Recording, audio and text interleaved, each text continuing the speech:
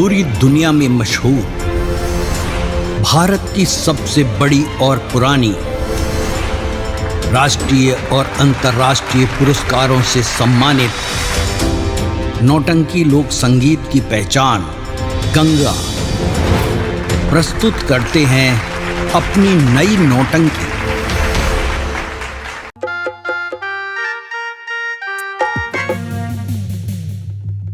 यह नेतापुर घाट है। हम नेतिया धोबी नहीं, हम इंदिरा फुले कपड़ा फींची ले, लेकिन एक घाट में कैफन डगा लगला हमरा कुछ बुझात नहीं के लिए चलता नहीं देखत ही जब हमारे घाट पर ये कैफन डगा बाजल। अरे रामे रामे रामे हो रामे रामे जिनके नैया रामे जिनके नैया बा राम जी लगई है बेड़ा पालन हो राम। अरे किया हो राम किया हो ये राम, अरे राम हो राम जी लगई है बेड़ा पारन है राम। अरे कई सन डगवाए राम लागे नेता घटिया पर बाजे, नेता घटिया पर चल के देखी अपने देखा टन हो राम। अरे कैसन डगवा राम हो बाज मोरा घटिया पर चल के देखी घटिया के हालन हो राम। ए भाया क्या ये नेता घाट पर ई डगा बजावला केहू लौकत नहीं के सामने आवा।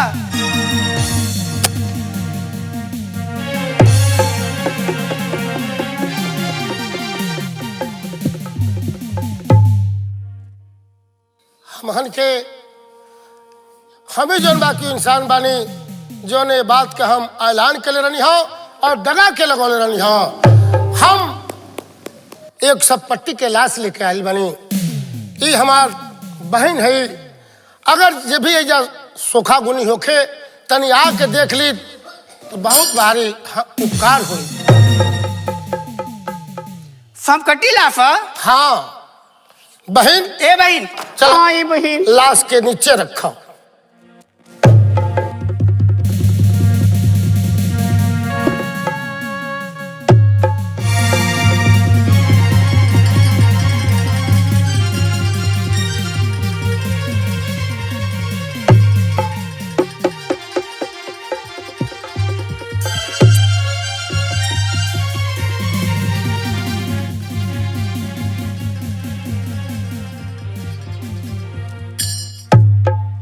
तो बहुत ही सब कटी लाफा, लेकिन ठीक बात है हम कोशिश करते हैं। का हाँ कोशिश करते नहीं, हाँ बहुत उपकार हुई आपके।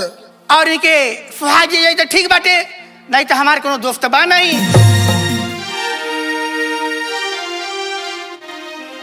अरे कांचे का बलुया ए राम पियरा फरी फौआ, अरे पियरा फरी फौआ हो जजुआ के कोरी हम जगाइन हो राम। अरे कच कच बनवाला हो अरे पियराज सरिसो अरे जदुआ के करी तैयार राम। बेटवा से मारिए राम भूतवा के पाटिए आमा भूतवा के पाटी हो कमन पहिया हम। अरे किया हो राम किया हो ये राम, अरे राम हो कौन पहिया हम कर बिहेरा। ए भाया हाँ ई लाश जिंदा नहीं हो पाई।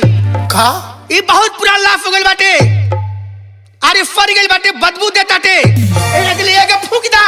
का हाँ, ये नेतापुर घाट से लाभ उठावा, बहुत बदबू देता। ना ये बहिन, ये का कहत ये बहिन? ना ये बहिन, ऐसा बात मत बोला ये बहिन। आखिर लेके का करबू तू? ये लाभ फर गइल बाटे, बफाताटे। एक लेके फूक आवा, ले जा। भैया, हे बहन, नतिया धोबिन से इतना उम्मीद रहे, उम्मीद पर पानी फिर गई बहन, उम्मीद पर पानी फिर गई भैया। हाँ बहन, बहन आप हम क्या करिए भैया? बहन, नतिया धोबिन जो बात के कहली है, वो बात के तो सुनबे कैलू है। अब कर के का बा, अब जब उस अपन जादू परोड़ के चला के देख लेली कि लाश जिंदा ना हुई, तब इनके अंतिम संस्कार ही अब एक रास्ता बा। वही भैया, परली विपतिया बड़ी भारी, नेता घटिया पर। परली विपतिया बड़ी भारी, नेता घटिया पर। परली विपतिया बड़ी भारी, नेता घटिया पर। आहो नेता घटिया पर, आहो नेता घटिया आया हो नेता घटिया पर, आहो नेता घटिया पर। पड़ली विपतिया बड़ी भारी, नेता घटिया पर। अरे परली विपतिया बड़ी भारी, नेता घटिया पर। अरे जइब तो जइब भैया, कफन ले अइब भैया। भैया जइब तो जइब भैया, कफन ले अइब। अरे जइबा तो जइबा भैया, कफन ले अइबा हो। अरे कफन ले अइब भैया, लकड़ी ले अइब। अरे कफन ले अइबा भैया, लकड़ी ले अइबा हो। परली विपतिया बड़ी भारी, नेता घटिया पर। भैया हे बहन, परली विपतिया बड़ी भारी, नेता घटिया पर। आहो नेता घटिया पर, आहो नेता घटिया पर। अरे आहो नेता घटिया पर, आहो नेता घटिया पर। अरे परली विपतिया बड़ी भारी, नेता घटिया पर। अरे सैया जी के लाशी या फुकन, नेता घटिया पर। कफन लियाइब भैया, लकड़ी ले अइब। सब ले है बहन, सब ले है पिचिन करवाई, सब ले है भाऊ, सब ले है बहन। लकड़िया हो। अरे कफन ले अइब ये भैया, लकड़ी ले अइब हो। अरे कफन ले अइबा भैया, बिनबा लकड़िया हो। अगिया तू लइब कहिया भारी, नेता घटिया अरे पर। स्वामी हाँ भैया, या फुकन, नेता घटिया पर। स्वामी जी के लसिया भैया, आज हम हम फूकबे नैया जी के लसिया फूकन नेता घटिया परले विपतिया बड़ी भारी नेता घटिया परले विपतिया बड़ी भारी नेता घटिया परले विपतिया बड़ी भारी नेता घटी बहन ऐसा बात तू चिंता मत करे बहन, तू चिंता मत करा। तू रो रहल बालू तो हमार करेजा फटल जा रहल बा बहन, करेजा फटल जा रहल बा। हम जौन बाकी अपन ई धोती जौन बाकी कफन के रूप में हम खोल के हम जौन बाकी इनके देव आई भैया और तू अपना सत से अग्नि देवता के प्रकट करा। ठीक भाई भैया। मगर देखा का कहल जा, हमार ब्याही कहले रहली कि जब तक सती बिहुला के पति बला लखनदर जिंदा ना हो जाई है तब तक तू लौट के खारे मत जइहा। आई भैया हमरा कते बात के चिंता सतावल जा रहल बा कि कौन मुंह लगे बहिन हम अपना घरे जाए। नहीं भैया नहीं भैया। बहिन एव कार्य करा, तू अपने सत के सुमरा और बाकी लकड़ी और कफन के व्यवस्था हम करत तानी। ठीक भाई भैया।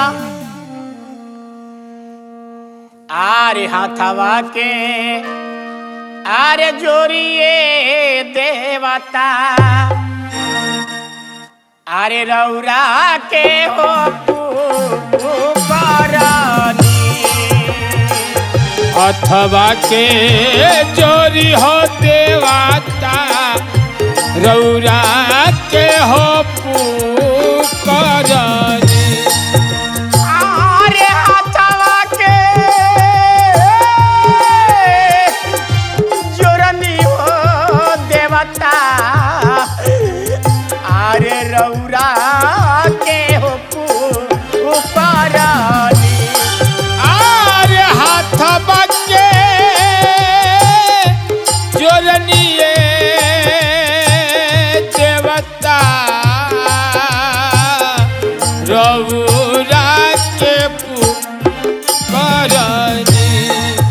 आरे हमरा भी पतिया में देवता होखी ना हो सहैया।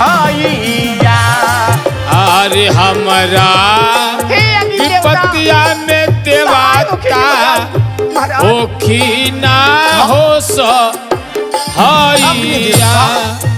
अरे हमारा भी पतिया में योगी न देवता होखी ना हो सहैया। अरे हमरा विपतिया में अग्नि देवता होखी ना हो सहैया।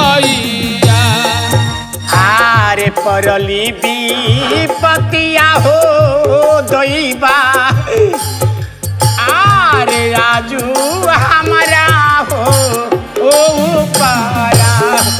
अरे परले विपत्तियाए दैबा नेता पूरा हो ओ घटिया। आरे परली विपतिया हो दैबा नेता पूरा हो ओ घटी भैया। अरे परली विपत्तिया हो भैया नेता पूरा हो घटिया। ए अग्नि देवता आज हमारा विपद में सहाय हो जाई ए लिए कि हम अपना पति की लाश जलावे जातनी। ए बेटी का तोरा अग्नि देवता की गर्जबा हाँ ठीक वाले हम पल भर में अग्नि देवता की भेजते हैं तेरे पास। बेटी अपना हाथ आगे बढ़ाओ, अग्नि देवता जा रहे हैं। ए भैया हाँ बहन आग आ गए भैया। लेकिन बात बात पंचकर्मा कली है जाए भैया। आज हम स्वामी जी के लाश जराए भी भैया। ठीक बा बहन। हे भैया तू अपना घरे चल जाए भैया। हम जाता नहीं स्वामी जी के लाश जरा के कूद जड़ के स्वामी जी के साथ मर जाए भी भैया। हाँ भैया। का बहन तू अपना पति के साथ ए चिता में जल के सती हो जाइबू। हाँ भैया। तू तो सती हो जाइबू बहन, मगर हम कौन मुंह लेके अपना घरे जाए। हमार ब्याही कहले रही है कि देखी जब तक लौट के मत घरे आए तब तक कि सती बिहुला के सुहाग वापस न हो जाए। कौन मुंह लेकर अब अपना घरे जाए। अरे भैया आज हम जाते नहीं अपना सैया जी की लाश जलावे भैया। आज हमरा ऊपर केहू सहारा नहीं भाई भैया। आओ भाई आओ पंचकर्मा करके और जौन बा के तू अपना पति के मुख अग्नि देके तू ये चिता पर सती हो जा भैया। आओ बहन।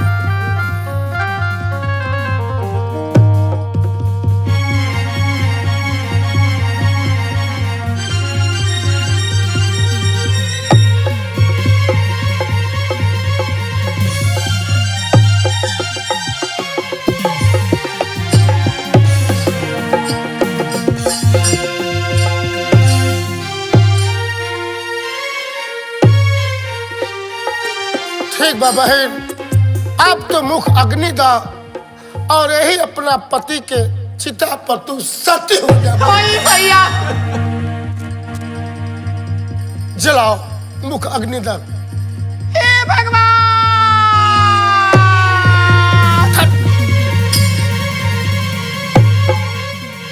ये तो बहुत पापी बिया, बहुत डान बिया। ये अपने मर्द के जीते जलाओ दिया। अरे नितिया धूमिन तू ही तो कह के गए रहलू हा कि तहार पति जनबा की सड़ गल बारे। अब इनके जनबा की जला देहल में ही इनके दाह संस्कार में ही भला बा। हम एक थात रनिया कि देखा अपने मर्द फाती का करे ले। हम एक फत थात रनिया। का तू सत्य साधत रहलू हा। हाँ तू का हमरा बहन बिहुला के सत्य साधत रहलू हा। तो का हे नितिया धोबिन का उम्मीद बा कि हमार जनबा की बाला बाबू जिंदा हो जाइए। एकदम जिंदा हो जाइए। हम एक फत पर मात्र नहीं ये देखा जाए का कर ले अपने मर्द के साथ। अरे दीदी अरे हथवा के जोड़िए बोहिना गिरी ले चरनिया पर गिरी ले चरनिया पर। अरे आजू हमारा लाजवा तू राखन। अरे किया हो नमक किया हो रामा, हरे राम हो आज हम लाजवा तुही राखन रे राम। अरे धर्म के बाड़ुए बोहिना हमरो तू बोहिनिया। अरे हमरो तू बोहिनिया हो। अरे हमरो धर्म तू राखन तोरा। आरे धर्म के बहिना बहिना तू आप लगा बुआरे तू आप लगा बुहो। आ धर्म के बहिनिया हमके मानन वेरा। एकिया हो ए बोहिना। आरे धर्म के बोहिनिया तू। आरे धर्म के बहिनिया हमके मानन होरा। ए बहिन ई बताओ कि हमार स्वामीनाथ कैसे जिंदा हुई है बहिन। ये बहन जब तू धर्म के बहन हमके मान डालो तब तेरे पति के जियाब जरूर एकदम जियाब। लेकिन एगो शर्त बाटे ओके मंजूर करा तब जियाब। ए बहिन कहा हम मंजूर बा। जब शर्त का उतार मंजूर बा। ए बहिन मान तलू ना। हाँ तो ठीक बाटे हम तेरे पति के जियाब कब कि अपने भाई के साथ हमारे ब्याह करा दे तब। का हम अपने भाई के साथ तहार बियाह कराए तब? हाँ मंजूर बा, बोला नहीं तो हम जाई। हे नतिया धोबी पगला गए हो का है? अरे भाई हम 8 दिन के गौना करा के लेनी और जौन बाकी हमार औरत घर में जौन बाकी बाड़ी और तू हमरा से बियाह करे कहता रू। हमसे बियाह करबा तब इनके पति के लाभ दियाए नहीं दियाए। नहीं कुछ का ये सब शर्त हमरा मंजूर नहीं थे। अरे हम शादीशुदा बानी है धोबी, हम शादीशुदा बानी, समझ गलू? तब बहन हम जाई तब ना ये बहन ए भैया खूब। अरे बहन ई तू कौन धर्म संकट में आज हमके डाल देलू? ए भाई मला हाँ भैया, एक दिन खातिर बियाह कल। एक दिन खातिर बियाह हाँ। कर का हमरा बाला बाबू के हाँ इजियादी है। हाँ अगर हमरा बहन के वचन बा तो हम अपना बहन के वचन खाती हम अपन जान ने उछाड़ कर दे। अगर हमारे बाला बाबू जिंदा हो जाइए शादी पहले ना, हाँ जब हमारे बाला बाबू जिंदा हो जाइए ओकर बाद तो से शादी हम जरूर करें। नहीं अबे करा। अबे नहीं, हमारा बहन के सुहाग जब लौट वापस हो जाई तब शादी हुई। बहन का ये बहन मान तड़ू ना? हाँ ये बहन तब ठीक बाटे, हम तेरा के जादू मारत हई। आज भेजे तेरे के पतलपुरी। का पतलपुरी? हाँ अब वो कौनेगा 12 बरस के कन्या बना के। हाँ ए बहन अबे पतलपुरी में कभी गई नहीं की ये बहन? देखा हाँ तहार कोनो बात ना होई। हम जा तहार नाम बदल देता नहीं। का हमारा बहन के नाम बदल जाई? हाँ का हमारा बहन के नाम सती बिहुला है एक बादो कोनो नाम रही? बटले बाटे एजा पे नाव तारा हम धा देता नहीं मधुरी। मधुरी? हाँ बिफार के बहन बिया तिफार है ना, वही जा चल जा तेरे पति के प्राण वही जा बाटे। का ये बहन का वही जबा? हाँ एगो बात सुनला, ओ जा दूगो दानो बाड़े, ए जना के नाना कह के और ए जना के मामा कह के रोइया तबे छोड़िए पान है ना। का ई बात बा वो जे जौन बा के दूगो दानो बाड़े?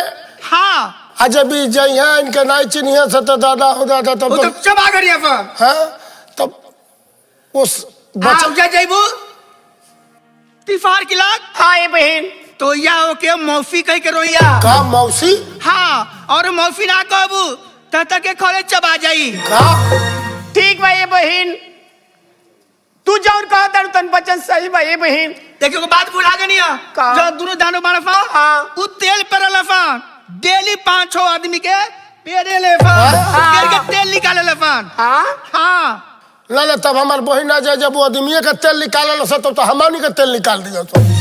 जब मामा नाना कही तो कुछ ना कही फो बहन हाँ। ते में का भइल बा? अगर नेतिया धोबिन कहा ताड़ी कि वो दोनों आदमी के जौन बा कि एक जने के मामा एक जने नाना कह के भेंट कर लेबू, अगर एक बात कहले से अगर जान बच जाता हाँ ये भैया में कौन बुरा बात पा? कौनो बुरा नहीं के भैया। तो ठीक बा आज इनके जौन बाकी ड्रेस चेंज कराओ और जौन बाकी पतालपुरी में भेजा इनके। ठीक बाटे हम के ताल जा ड्रेस बदल देता नहीं हम। ठीक बा ये बहन। ठीक बा तो एगो बात बा बहन, हम जौन बाकी यही घाट पर बाला लखनदर के लाश के लेके हम पहरा करता नहीं। हाँ ये भैया और तू जौन बाकी चला पतलपुरी जहाँ तिसार के दरबार बा। भैया हाँ बहन हम जब तक ले आई ना ये भैया तब तक ले तारा ला छोड़ के कहीं जाए कि नहीं खे ये भैया। बहन अरे तू हम जौन बाकी धर्म के बहन बनले बानी बहन, अरे तारा खातिर हम कुछ करेला तैयार बानी बहन, तू तनको चिंता मत करा।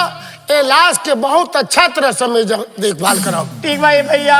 ठीक बा तो बहन जौन बाकी नतिया धोबी जौन कहे ताड़ी जौन बात कहे ताड़ी बात के सुना और हम जौन बाकी चलत है लाश के लगे। ठीक बा ये भैया।